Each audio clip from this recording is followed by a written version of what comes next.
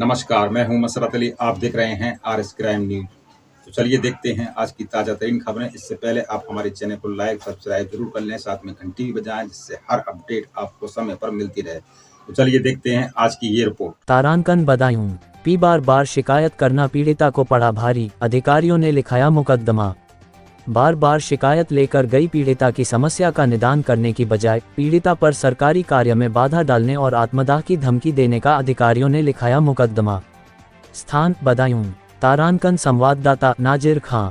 यदि आप बदायूं में हैं और अधिकारियों के पास अपनी समस्या या शिकायत लेकर जा रहे हैं तो सावधान हो जाए, आपकी समस्या का निदान हो या न हो, लेकिन यहाँ के अधिकारी आप पर सरकारी कार्य में बाधा डालने का मुकदमा ज़रूर लिखवा देंगे।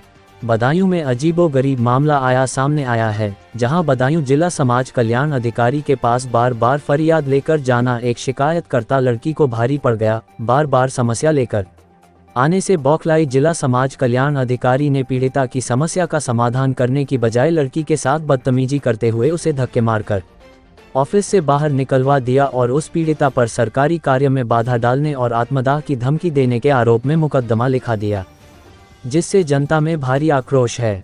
जहां सरकार मिशन शक्ति चलाकर बेटियों महिलाओं को जागरूक करने, उनकी सुरक्षा करने और उन्हें आगे बढ़ाने के दावे करती है, वहीं बदायूं में शिकायत करने आई एक बेटी पर अधिकारियों ने मुकदमा लिखवा दिया। मामला जनपद बदायूं के दातागंज थाना क्षेत्र के ग्राम समरेर का है, जहां की रहने वाली 22 वर्षीय इमरती ने समरेर स्थित आश्रम पद्धति आवासीय स्कूल में पढ़ाई की थी। यहीं से उसे तत्कालीन समाज कल्याण अधिकारी ने स्कूल की ड्रेस सिलने का ठेका दिया। चूंकि इमरती इसी स्कूल में पढ़ी थी, इसलिए उसने बिना लिखा पढ़ी में विश्वास कर लिया। इमरती बहुत गरीब है, उसके पिता दिल्ली में मजदूरी करते हैं। इमरती की मां भी इसी स्कूल में बतौर वार्डन काम कर रही थी। ड्रेस सिलने के लिए इमरती को कपड़ा भी स्कूल से ही मुहैया कराया गया था। उसने ने रात दिन एक कर 5200 पीस ड्रेस के सिलकर तैयार कर दिए। इसके लिए उसने कर्ज पर पैसे लेकर कारीगर भी लगाए थे। जब ड्रेस सिलकर तैयार हो गई तो स्कूल प्रबंधन ने ड्रेस लेने से मना कर दिया। उस समय बदायूं में तैनात रहे समाज कल्याण अधिकारी रामजन्म का भी ट्रांसफर हो गया। अब इमरती अधिकारियों के चक्कर लगाती रही। हालांकि जब अधिकारियों ने उसे अनसुना कर दिया तो उसने क्षेत्रीय विधायक राजीव कुमार सिंह से फरियाद की। क्षेत्रीय विधायक के हस्तक्षेप के बाद इमरती से स्कूल प्रबंधन और समाज कल्याण अधिकारी ने ड्रेस के 2200 पीस ले लिए और उसका भुगतान कर दिया, लेकिन अभी भी उसके घर में 3000 ड्रेस के पीस रखे हुए हैं। इमरती ने इसके बाद अपना हक मांगने के लिए अधिकारियों के फिर से चक्कर लगाने शुरू कर दिए।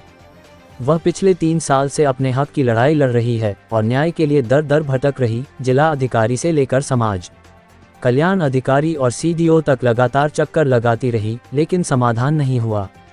उल्टा उसकी मां को भी विद्यालय से निकाल दिया गया।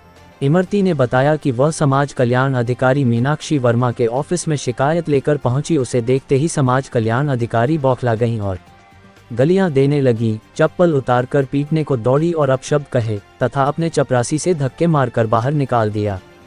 इसके बाद समाज कल्याण अधिकारी ने इमरती के खिलाफ सरकारी कार्य में बाधा डालने और आत्मदाह की धमकी देने के आरोप में बदायूं सिविल लाइन थाने में मुकदमा पंजीकृत करा दिया।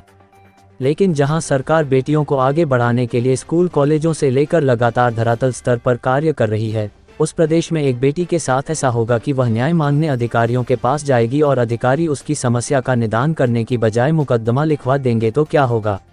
बाइट इमरती पीड़िता।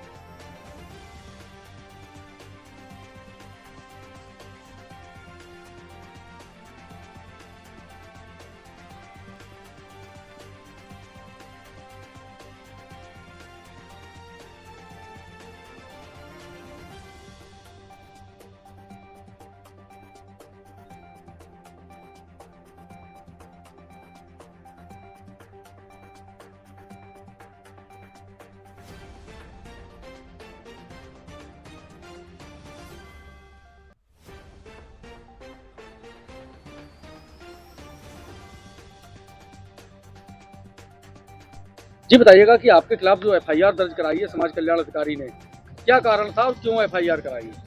कारण ये था, मैं यहाँ सन 2022 में आती जाती रहती हूँ, 4 सालों से मैं भाग रही हूँ, लेकिन कोई सुनवाई नहीं हुई। पहले मुझसे यूनिफ़ॉर्म सिलवाई गई थी अष्टम पद्धति विद्यालय की। मुझसे कहा कि सारी ड्रेसें सिल लो, उसके बाद पेमेंट हम कर देंगे, लेकिन मेरे लिए कोई पेमेंट नहीं किया गया। मुझसे एप्लीकेशन ले ली जाती है और कहा जाता है कि कल आना, परसों आना, तरसों आना, बस ये बहाने बना दिए जाते हैं और ये लोग पेमेंट नहीं करते हैं। उस दिन मैं आई थी तो मैंने कहा कि जब चेंज हो गए समाज कल्याण, तो आप समाज कल्याण से पूछिए क्या बात है क्या नहीं, आप उनको बुला लीजिए और हम भी यहाँ हैं, फैसला कर दीजिए जो भी हो।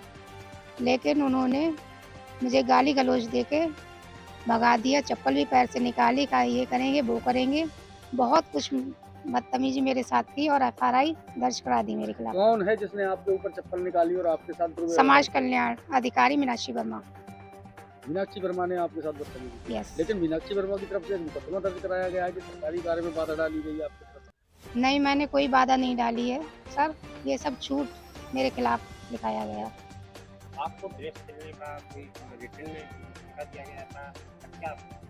मैं उसी विद्यालय में पढ़ी हुई थी, फर्स्ट क्लास से इंटर तक मैंने उसी विद्यालय से किया था। तो वहाँ की टीचरें वगैरह और समाज कल्याण ये सब जान पहचान के थे, जानते थे मुझे। तो इन्होंने कहा कि बच्चों के पास यूनिफ़ॉर्म नहीं है बेटा, जल्द से जल्द बनवाओ। तो मैंने कारीगर 10-11 लगाए थे और मशीनें वगैरह सब कुछ मेरी, कपड़ा वहीं मिला था और सारे धागे वगैरह बुकरम सब मैंने अपने पास से लगाया। और मुझे रीना सक्सेना और समाज कल्याण ने मुझे ऑर्डर दिया था, उनके कहने। कितना नुकसान हुआ है आपको? मेरा बहुत नुकसान हो गया सर, 1.5 लाख रुपए मेरा है।